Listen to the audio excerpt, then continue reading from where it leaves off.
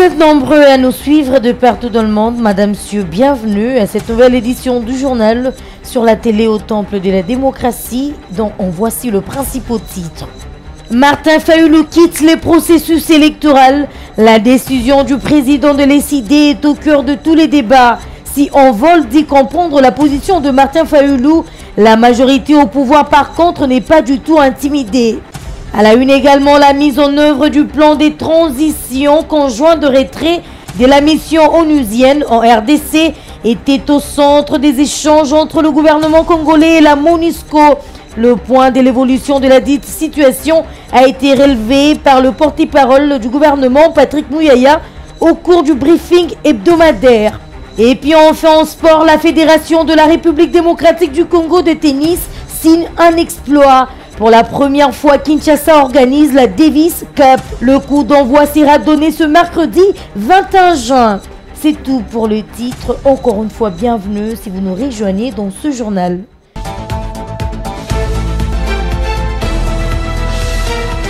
Nous annonçons à l'opinion nationale et internationale que nous avons décidé de ne pas déposer les candidatures de nos membres à tous les niveaux des élections. Une décision qui a eu l'effet d'un coup de tonnerre dans l'espace politique congolais. Martin Fayulu quitte le processus électoral en cours. Une décision qu'envole Parti cher à Délice Sanga, l'un des 4 opposants qui luttent ensemble, dit comprendre. À la lumière de la manière dont ce processus est conduit, je crois que la décision du président Martin Fayulu et la MOUCA est compréhensive. L'envol par ces deux bureaux politiques tenus en juillet 2019 et octobre 2022, nos militants et cadres ont décidé qu'écoute les partis devraient participer au processus électoral en présentant les candidats à tous les niveaux. Mais que cependant, si jamais le processus électoral continuait à se détériorer davantage, l'hypothèse d'un retrait de ce processus n'est pas exclue. Envol poursuit la lutte en interne et Martin Fayulu va lui lutter en externe, renseigne Maître Rodrigue Ramazani. Le retrait du président Martin Fayulu et son groupe est l'expression simplement des différentes revendications que les 4 sont aussi en train de porter. Sauf que lui, il a pris une décision de quitter les processus. Et cette décision, nous ne les réfutons pas. Notre combat, c'est d'avoir un processus électoral crédible. C'est ça le combat. Nous continuons le combat en interne. Le président Martin Fayulu continue le combat en externe. Mais la majorité au pouvoir semble, elle, pas du tout intimidée par cette décision de Martin Fayulu. Tout le monde est libre de prendre part au processus électoral ou pas, affirme Mfumu Toto. Tout le monde a le droit de participer au processus électoral de son début, son milieu jusqu'à sa fin. Autant tout le monde a le droit de le faire, autant tout le monde a aussi le pouvoir d'aliéner ce droit à ne participer pas aux élections. Pour le leader de la troisième voie, ce retrait est un ballon d'essai afin d'obtenir un dialogue politique qui déboucherait à un partage des postes.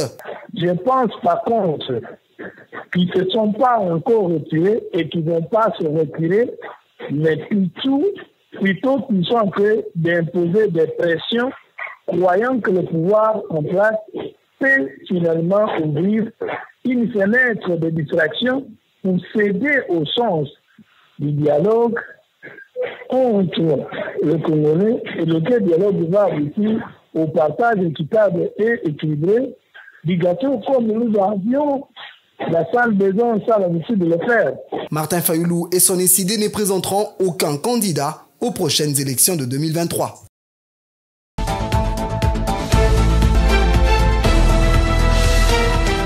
La mise en œuvre du plan de transition conjoint de retraite de la mission onusienne en RDC était au centre des échanges entre le gouvernement de la République et la mission des Nations Unies pour la stabilisation du Congo. Au cours du briefing hebdomadaire du gouvernement, le ministre de la Communication et Médias, Patrick Mouyaya, a fait les points de l'évolution de cette situation. Et donc ce soir, à travers cet exercice, nous voulons refaire le point des discussions que les deux parties ont eues, notamment après la sortie des résolutions 2666 en fin d'année dernière, qui prévoyait le retrait de la MONUSCO, mais que le gouvernement a voulu axer sur 4 jalons principaux et sur lesquels nous travaillons, à savoir la réduction sensible des menaces liées aux groupes armés grâce à une approche globale, le renforcement de la capacité à répondre aux menaces de protection des civils et résoudre efficacement les conflits interethniques, la mise en œuvre du plan opérationnel du programme des désarmements, démobilisation, relèvement communautaire et stabilisation, et 4, enfin, l'organisation d'élections crédibles, transparentes, inclusives, pacifiques, tenues dans les délais constitutionnels. Prenant la parole, Bitou Keïta, représentante spéciale du secrétaire général des Nations Unies et chef de la MONUSCO, a fait savoir que le plan de transition conjoint de retrait de la mission onusienne en RDC s'exécute en partenariat avec le gouvernement à travers un dialogue permanent. Nous sommes dans un dialogue avec les autorités congolaises et un dialogue que je considère tout à fait positif dans le sens où nous voyons ensemble ce qu'il est nécessaire de faire pour répondre à la demande qui est celle d'une transition accélérée de la MONUSCO. Les deux personnalités ont soutenu l'hypothèse d'un retrait responsable et organisé qui garantit les conditions sécuritaires liées à la montée en puissance de l'armée et de la police congolaise, l'amélioration de la gestion des ressources à travers la prise en charge des services sociaux de base, car il en existe un horizon auquel le gouvernement est appelé à assumer sa fonction régalienne sur l'ensemble du territoire national.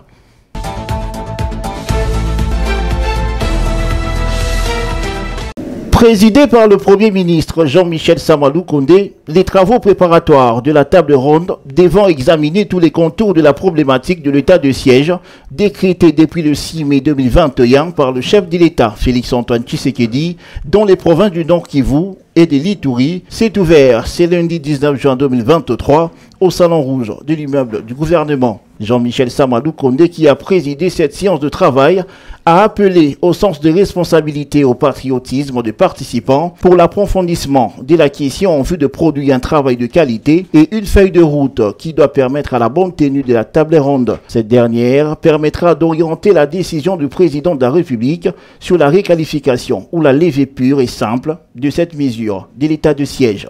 Sur l'instruction du chef de l'État, plusieurs missions gouvernementales ont été effectuées, dont 4 de celles-ci que j'ai dirigées moi-même dans les provinces tant de l'Ituri que du Nord.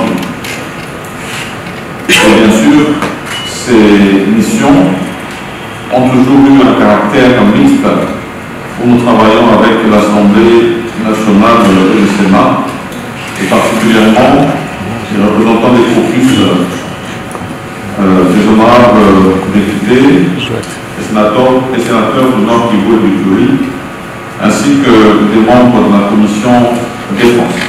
Depuis son accession à la magistrature suprême en janvier 2019, le président de la République, Félix-Antoine Tshisekedi, s'évertue à trouver une issue à cette question d'insécurité afin de redonner de l'espoir aux populations de la partie est du pays qui ne jurent que par les retours de la paix. Il faut relever ensuite que tous les ministères sectoriels, le service de sécurité, les partenaires extérieurs, ainsi que les représentants de 2 provinces concernées y prennent part à ces travaux qui iront jusqu'à jeudi 22 juin prochain.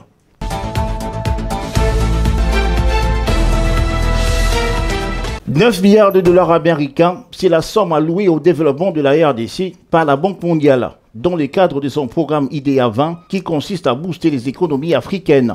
Pour en bénéficier pleinement, la RDC doit accélérer la mise en œuvre de projets pour lesquels ils ont été alloués, notamment le financement de la gratuité de l'enseignement. Si Kinshasa ne parvient pas à les aborder en cette période, d'autres pays demandeurs peuvent en bénéficier aux grandes dames de la RDC. C'est ce qu'a fait l'objet des échanges entre le Premier ministre Jean-Michel Sama Lukonde et la représentante de cette institution de Bretton Woods en séjour à Kinshasa. Cette haute fonctionnaire de la Banque mondiale a souligné qu'environ 5 milliards de dollars de ses portefeuilles restent encore à décaisser pendant que la période court vite.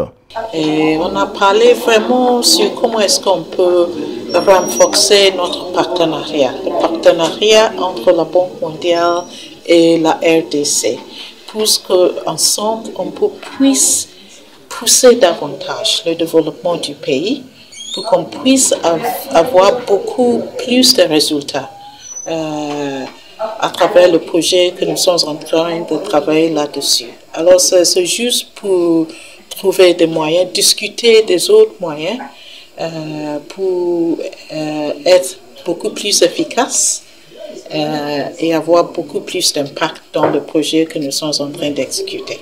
Fondée en 1960, l'Association internationale de développement IDEA est l'institution de la Banque mondiale qui accorde des dons et des prêts à taux faible pour financer des projets et des programmes de nature à stimuler la croissance économique, réduire la pauvreté et améliorer la vie des plus démunis.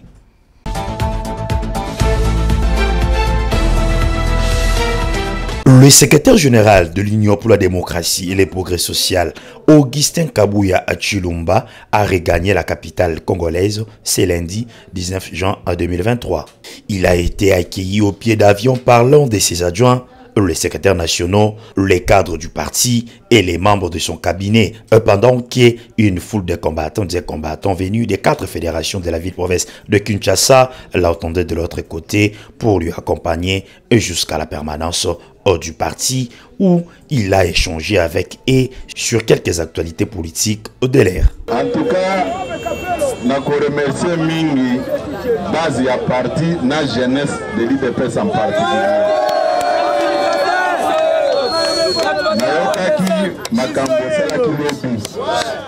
Encore une fois, merci beaucoup. Puisque ndelo ça la valeur ya IDPS yangwana. Boze la kateke soki likambo sami il faut CG kaka ya koloba te. Mais qui si bien que mibali bazala ki wana. IDPS viva. Mais nazo senga bandeko bazongi sambongo ya bato. Puisque mission est difficile, bako réaliser en côté. Puisque tant on a moni na télévision, bandeko moko eloko eza ko préoccuper bango, il faut Kabouya alongo. Mais l'IDPS viva, te eza droit na bango. Mais là où ça fait mal, eza neti mutuya PPRD, mutuya parti mususu aya lobby alinyatia ordre na kati ya IDPS. Puisque biloko wana eza biloko asoni yango na koyebisa bandeko wana bazongisa mbongo ya bato. Rappelons que le chef de l'administration du parti au pouvoir revient du Niger, plus précisément à Niamey, où il a participé avec succès à la réunion du comité Afrique de l'international socialiste du 16 au 17 juin 2023 à sa qualité du vice-président de cette organisation.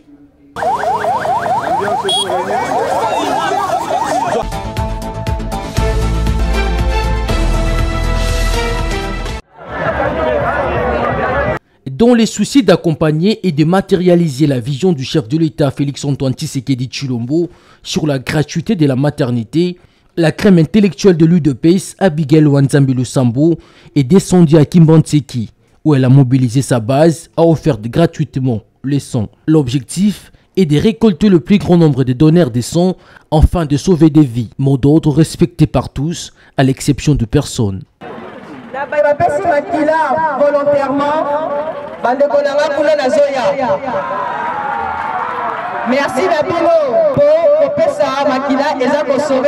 Le représentant du directeur national du Centre national des transfusions sanguines a jeté des fleurs à celle que la population de ces coins appelle affectueusement Mama Sociale pour avoir répondu au cri des SOS du dit centre.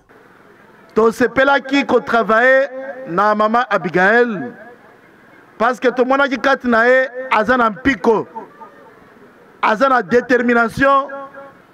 C'est pourquoi Tondimiko a accompagné.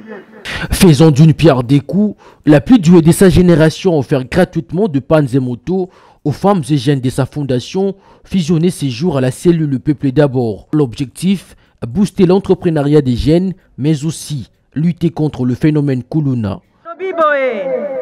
Soki babilenge na biso ya Kingasani awa na 17 mai, quartier 17 mai, balakisi biso, responsabilité na bango, na gérance ya moto oyo, toko bakisa ba moto misusu, pe toko kotisa ba formation ebele, ya apprentissage de métier. Lelo, Kikulu na quartier oyo, abouo! Un acte qui a trouvé satisfaction auprès des bénéficiaires. Maputa kitoko makasi pona maputa wana donc ndesengo ya kobota papa soki oboti mwana lelo yeli alatisi yo eleki na oyo amelisi alesi to akende liboso azoka semate to pese mukako soir avait promis et aujourd'hui c'est la réalité. Pour joindre l'utile à l'agréable, une vache lui a été remise en guise de remerciement pour ses actions concrètes en faveur de la population. C'est par des cris, des chants et danses que la dite journée s'est clôturée.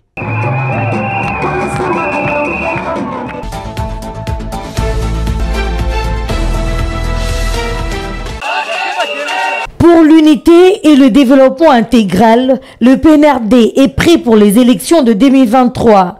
C'est le thème du 5e congrès ordinaire du Parti national du renouveau pour le développement, PNRD en sigle. Venus de tous les coins de la capitale, les militantes et militants du PNRD ont accueilli chaleureusement Omer Koutoumissa Kyota, président national de ce parti. C'était le week-end dernier dans la salle de réunion des Limca. Plusieurs points étaient à l'ordre du jour, notamment l'amendement et modification des statuts et règlements intérieurs du parti, élection et désignation de membres du comité de dirigeants, la validation de la liste des candidats aux échéances électorales prochaines, enfin l'adoption du projet de société de ce parti. Dans son speech, après l'allocution de Martin Iwemba et Ali Kweku Kadila, le professeur Omer Koutoumissa Kyota a réitéré son soutien à la candidature du président de la République, Félix-Antoine Tshisekedi Tshilombo, aux élections prochaines, avant d'appeler la population congolaise à combattre le tribalisme et l'amour de la patrie. C'est le 5e congrès qui consacre le 5e président. Le 5e président, c'est lequel? C'est Fachi. C'est celui-là notre candidat. Vous savez que nous sommes pendant l'année électorale. Il y en a qui ont choisi de boycotter, mais le PNRD a choisi d'aller aux élections. Nous leur avons dit, nous ne voulons pas de tribalisme. Nous devons construire le Congo. Il s'est dénoté que ce 5e congrès ordinaire s'est déroulé conformément à l'article 16 du statut de PNRD qui stipule que le congrès reste l'organe suprême pour le bon fonctionnement du parti.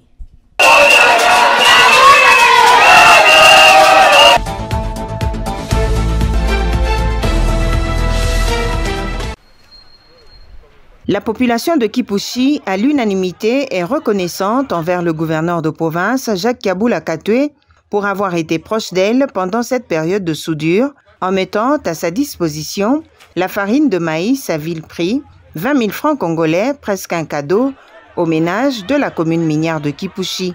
Ce samedi 17 juin 2023, les points de vente, en l'occurrence ceux de la cité du camp militaire et ceux du centre-ville, ont été pour la énième fois inondés par la farine de maïs. Cette opération de vente supervisée par le conseiller Jean-Pierre Pondo était une réussite car la population a été servie. Elle n'a pas manqué à remercier le gouvernement Kabula pour ce geste. Nous étions dans la souffrance de manger avec les enfants. Mais on payait la farine à 180 000 jusqu'à 50 même aujourd'hui. Mais lui, il nous a aidés, il nous a donné la farine à 20 000. Que Dieu le bénisse, qu'il ne cesse pas, qu'il continue en tout cas à penser aussi à cette pauvre communauté de Kipushi qui souffre beaucoup. Ce que le gouverneur vient de faire pour cette population de Kipushi qui a trop souffert, qui a trop attendu, aujourd'hui c'est une joie pour elle et une joie pour moi qui dirige cette entité. Nous sommes très contents en tout cas de son geste, qu'il ne cesse pas, qu'il continue à le faire. Cette population est déterminée a accompagné le gouverneur de province dans sa politique agricole. Chez nous ici, c'est un peu difficile. L'agriculture se pratique en Zambie. Comme il n'y a pas assez de terre ici, les Congolais vont en Zambie, ils cultivent, mais ils ramènent les produits ici. Et pour nous, ce qui nous manque surtout, c'est les intrants. Si le gouvernement pouvait penser à nous aider à l'intrant, ça va aller. Le gouvernement provincial va poursuivre avec la vente de la farine de maïs jusqu'à stabiliser le prix de cette denrée alimentaire qui a fait objet de spéculation il y a peu, surtout pendant la période de soudure.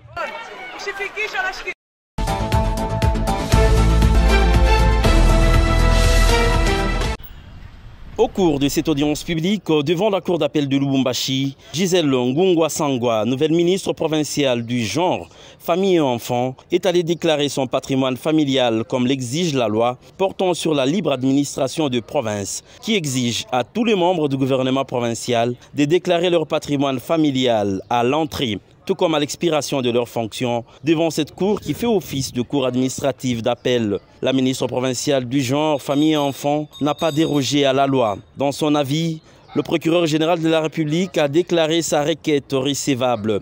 Après la mise en délibéré, la cour d'appel de Lubumbashi va prendre acte du dépôt de la requête de déclaration du patrimoine familial de la ministre provinciale. De ce qui précède, la Cour dira la requête en revue recevable et fondée, donnera à la requérante acte du dépôt de sa déclaration, enjoindra le greffier de la communiquer à l'administration fiscale et de signifier le présent arrêt à la requérante, au président de l'Assemblée provinciale du Haut-Katanga, ainsi qu'à la direction provinciale des impôts. C'est avec un sentiment du devoir accompli que Gisèle Ngungwa Sangwa a quitté le palais de justice de Lubumbashi en compagnie de membres de sa famille biologique et de ceux de son cabinet de travail.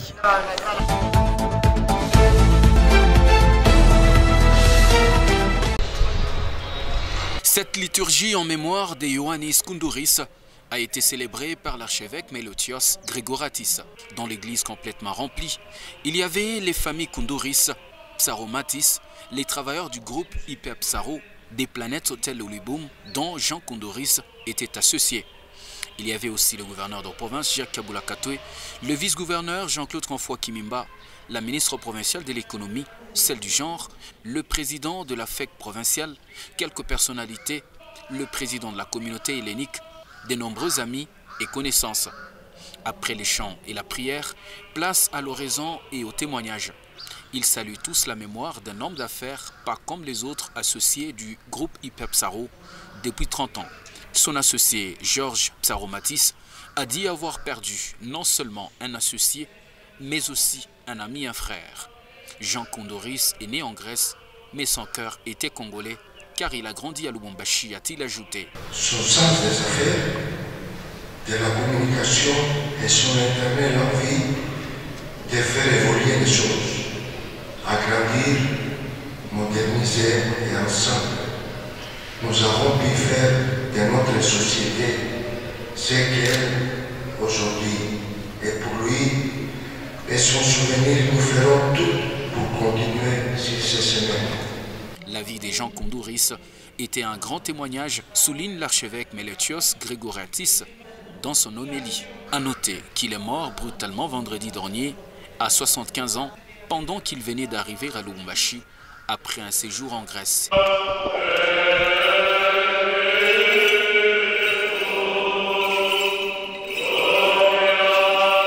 Au moment du recueillement, le gouverneur de province s'est incliné devant le portrait de l'illustre disparu en y déposant sa gerbe. Jacques Kabula Katwe a par la suite réconforté la famille.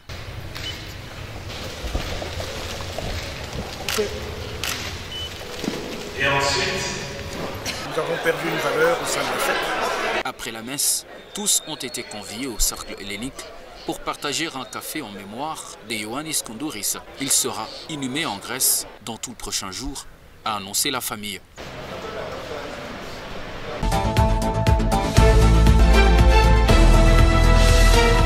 Nous sommes venus dans le cadre de la campagne patriotique sur la jeunesse, paix, sécurité, cohésion nationale.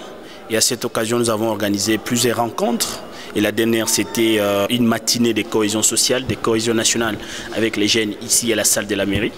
Et donc, il était question qu'on vienne rencontrer la maire adjointe pour lui faire rapport de la situation telle qu'elle a été menée, toutes les actions que nous avons menées, et comme la patronne de la ville.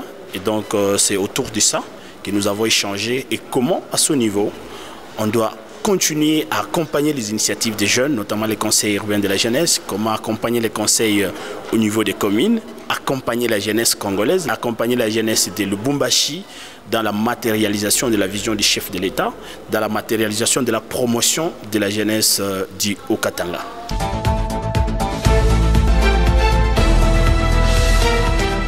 Une grande première pour le tennis congolais.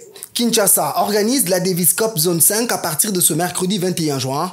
C'est Georges Kochi, président de la Fédération de la RDC de tennis, qui l'a annoncé au cours d'un point de presse. C'est pour la première fois que s'organise en RDC, en République démocratique du Congo, notamment à Kinshasa, les éliminatoires d'une Coupe Davis. Parce qu'il n'y a pas longtemps, il y a peu, on était encore de la classe C, donc on ne pouvait pas l'organiser. Et il y a 2 ans à peine, nous sommes maintenant à la classe B, donc on peut l'organiser. C'est pour donner de l'illumination aux jeunes, pour qu'ils viennent nombreux.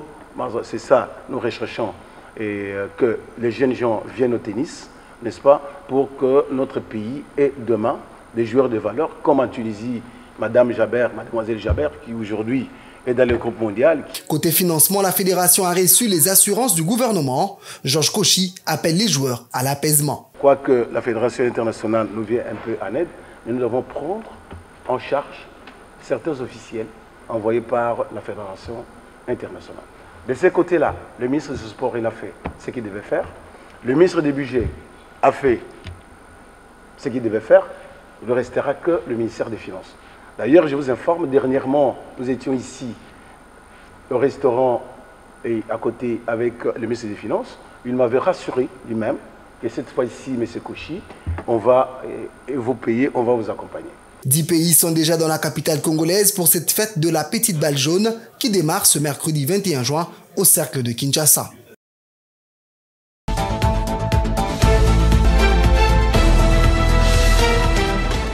Si vous avez pris en cours des diffusions avant de se séparer, place au rappel de titre. Martin Fayulu quitte les processus électoraux. La décision du président de l'ECD est au cœur de tous les débats. Si on vole d'y comprendre la position de Martin Fayulu, la majorité au pouvoir par contre n'est pas du tout intimidée. À la une également, la mise en œuvre du plan des transitions conjoints de retrait de la mission onusienne en RDC était au centre des échanges entre le gouvernement congolais et la MONUSCO. Le point de l'évolution de la dite situation a été relevé par le porte-parole du gouvernement Patrick Mouyaya au cours du briefing hebdomadaire. Et puis enfin en sport, la Fédération de la République démocratique du Congo de tennis signe un exploit. Pour la première fois, Kinshasa organise la Davis Cup. Le coup d'envoi sera donné ce mercredi 21 juin. C'est par ici que nous mettons un point final au journal de ce jour. Merci de votre attention soutenue sur nos antennes. Au revoir et à la prochaine.